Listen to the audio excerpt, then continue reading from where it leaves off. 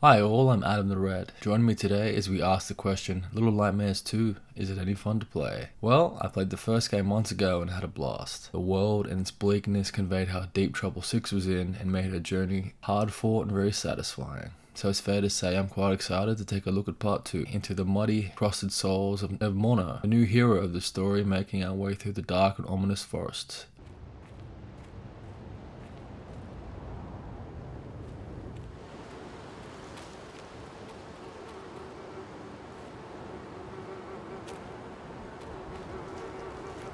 The further we go into the forest, the more hanging things we come across. But the spooks don't just stop with the vibes. A series of brutal traps and hiccups to stop Mono with special mention, a little section where you throw pine cones into a sea of leaves in order to uncover hidden jaw blade traps. Made me think of Minesweeper for some reason. But anyways, after our little forest clearing shenanigans, we start seeing more and more kids in cages. And not spooky at all, a cabin all by itself deep in the woods. But Mono abandons caution and heads right into what appears to be an uninhabited house and goes after a mysterious music box in the basement.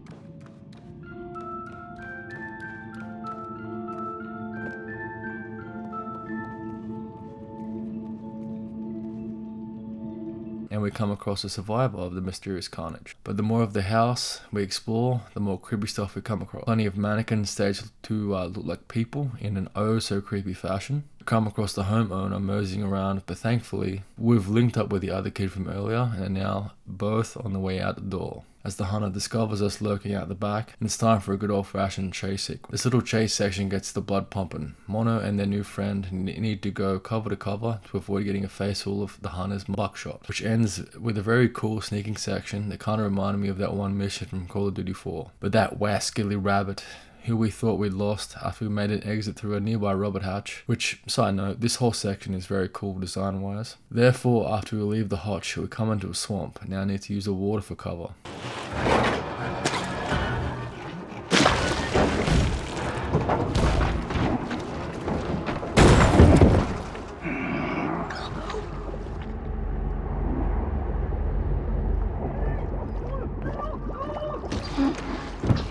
Against the menacing hunter's gaze, but be warned, don't hold your breath for too long, or the lake will do the hunter's job for him. But this hunter is a persistent one. Now after leaving the swamps, we're in for one final chase that ends with the pair shooting him with one of his shotguns and taking a broken door across the river into a very bleak and somber city. There are a lot of TVs around, which is definitely something to keep an eye on. Therefore, after we land, the pair now need to find a way into the first building they come across, allowing us to get practice with the new partner mechanics. Certain jumps, ledges, interactions can now happen because there are two of you, which makes getting around much easier. But as we head off to explore the ruins of this rundown city, we come across a TV that appears to be draining our life essence. Now upon approaching it, we go into this sort of perspective puzzle as we need to align the image on the TV, then rips us into it as Mono gets a brief look at a mysterious door guarded by an all-seeing eye. And we make our way outside it, come upon an academy of sorts, dark and foreboding, fitting in perfectly with the darker and lightless vibe of the city. But the school isn't empty. As we make our way through it, we see horrible photos of its inhabitants, but those same inhabitants aren't very friendly.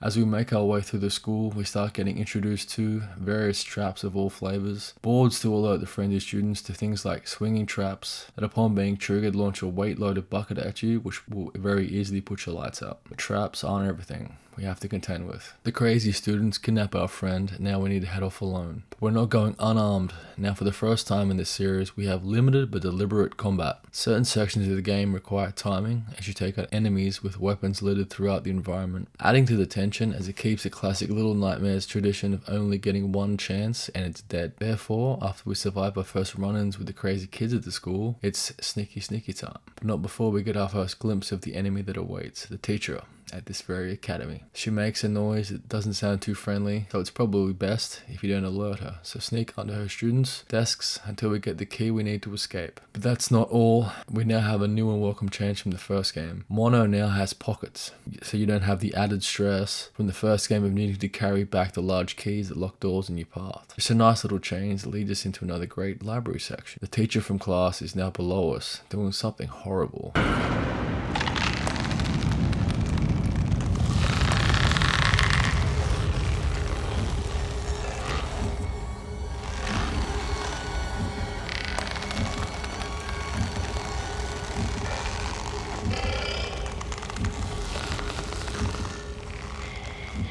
So again, it's best to get sneaky here, but be careful, as some lazy sod has left large glass jars along the rafters, so either avoid them or throw them in the opposite direction, otherwise you'll end up as her lunch. But from danger into design, we come to a real cool section of puzzles in the main foyer of the school, requiring getting checkmate on a large chess game going on in the teacher's office to get another key. Very smartly assigning all the necessary pieces and getting checkmate, scoring us the key we need to progress. Therefore, after cutting through the foyer, we get another sensational set piece, as Mono takes up his paper bag and steals the face of one of the kids he takes down to sneak through the mess hall of the school, being confronted with tons of kids doing crazy, unpredictable things, as Mono frantically holds onto his mask, trying hard not to get too close to kids who run the risk of revealing Mono's real identity. But after that nail-biting section, we're again back to being stalked by the horrible teacher as we make our way through her classrooms, watching her set up a future lesson on anatomy with a real-looking organ.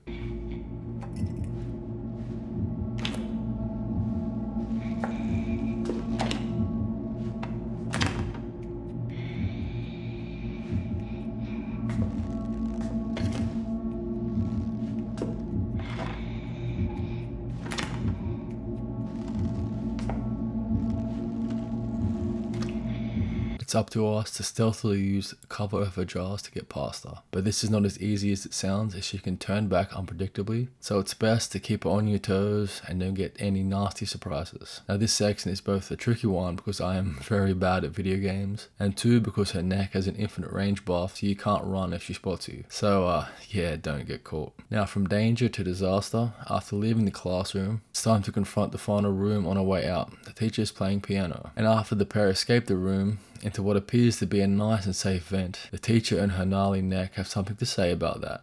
She propels herself through the vents, face first, chasing after the pair in a very desperate last attempt to keep you in her clutches forever. Therefore, after outrunning that horror, we're back outside and into the ever-pouring rain. And in true Little Nightmares fashion, we get treated to another great wide shot of the pair crossing a long beam as they make their way through the city in the bleakest of backdrops. But from a visual feast, we emerge into a feast of a reveal. Our buddy that has had our back for this journey is none other than the legendary Six, and we find her raincoat just in time to get back outside again and onto the city streets after leaving the school and moving through some more heavy rain. But the tension keeps ramping up from here. Our next main area the pair need to survive is the psych ward, with all its wall-to-wall carnage and evidence of something terrible that's taken place here. Now as the pair creep through the poorly lit wards, we come across a flashlight for later use when the lights go out. Therefore, after that ominous bit of foreshadowing, we come to the children's section of the hospital. Jeez, even the kids' toys are creepy. But the uneasiness leads into a cool little section. There's no key hunt this time like usual. We need to find the key hidden in one of the teddy bears, bringing out each to x-ray until we find the one that we're after. I mean, it's just cool design. Therefore, after Six and Mono's little stint as medical students, we incinerate the teddy we need to get the key and stumble into some of the best spooks in the game. The deeper we get through the hallways of the hospital, they grow ever darker and we get more and more broken mannequins and parts just strewn around.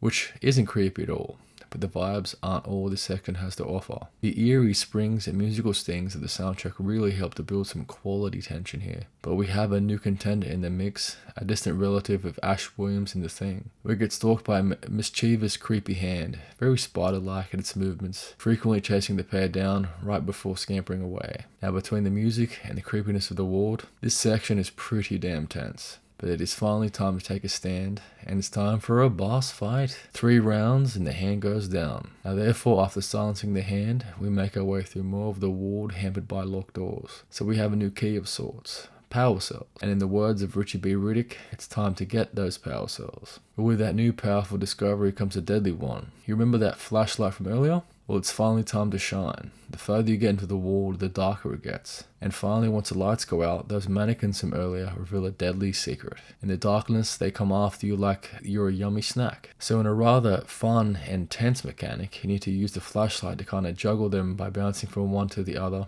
keeping them at bay with your limited light. Gotta say, I was having a great time here. culminating in a tense section for the ward showers.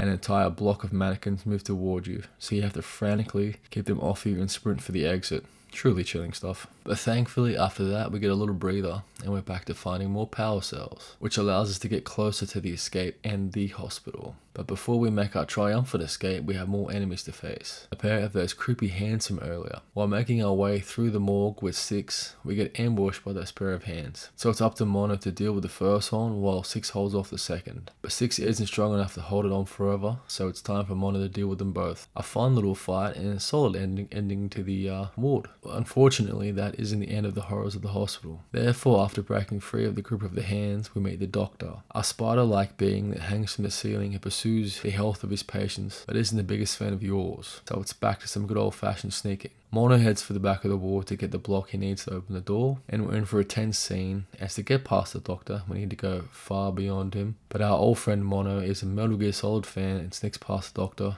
very easily. But after all that chaos, the pair bring the hospital and its horrors to a fiery end. Therefore, the pair can finally be free of the hospital. But out of one blood-stained frying pan into an even bleaker fire, we start seeing more twisted souls glued to the TV sets. The apartments in this dark city have hints of life in them, but are mostly run down and dilapidated messes. Everything is leaking, broken, or not quite right. But our first challenge in these darkest of dungeons is getting 6 free from those pesky elevators. A hop, skip, and a jump down some broken walls and cracks gets us a way out of this mess. Therefore, after playing the elevator game, we're back outside again to even heavier rain, another artistic shot of the wide open city.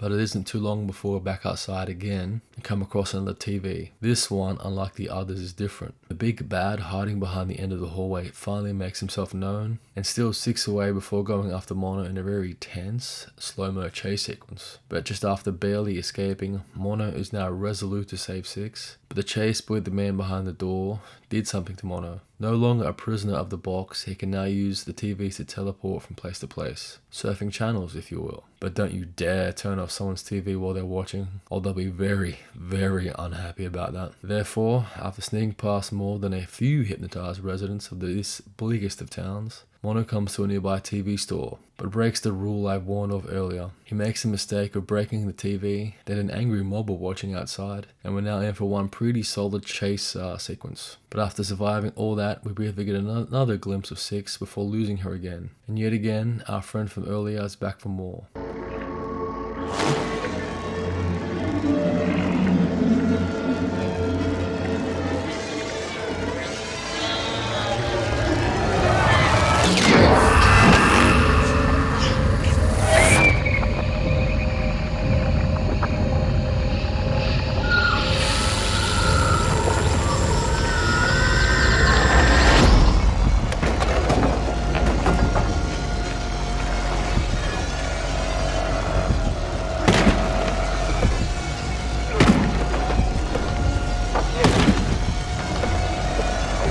Nail-biting slow-mo chasing through train cars and buildings, with every second counting, as the margin for error is so slim here. Therefore, after one last escape, it's finally time to confront the man from the TV, and a boss fight to test each other's power level. Now, very cool visuals in this fight. The streets fall away from you both, and you just stand eye to eye in the pouring rain, while both Mono and the mysterious man exchange blows. But even the power of the mysterious man can't stop Mono in his quest to save 6. So Mono heads inside the tower, and it's time for some very stylish door puzzles. In the tower that stands over the town, time stands still, relying on your sense to progress. Each of the tower's many doors you will try will give you the faintest audio cue that you're heading in the right direction or the wrong one. Therefore, after conquering the mystery of the towers, we find a massive Six hiding in one of the rooms upstairs, guarding her music box, which she is protecting it, but also feels like it has some kind of hold over her. But getting the box from Six is going to be no easy feat. To destroy the box, you need at least several times with the axe, and with each hit, Six gets angrier and angrier,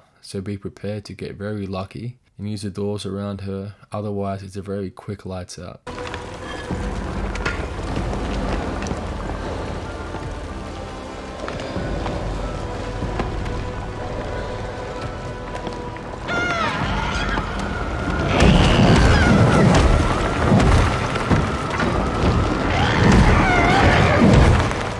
But all that pain and torment was worth it, because Six is yet again returned to normal, and the pair make their way to the exit. But not before some hideous monster that is all sludge and eyes sets after the pair, consuming everything it touches, with the door to escape in sight. Well, I don't want to spoil the ending, as I think the ending is something you should definitely see for yourself. So to answer the question I asked at the beginning of the video, Little Nightmares 2, is it any fun to play? Well, yeah, it's fantastic across the board. Gameplay is more varied, and the sound design and world building is still top tier. Didn't hit as hard for me as the first one. The crazy nature of the more was simply incredible, but still, the second game is a blast and definitely worth your time. Thank you for watching, and I'll see you next time.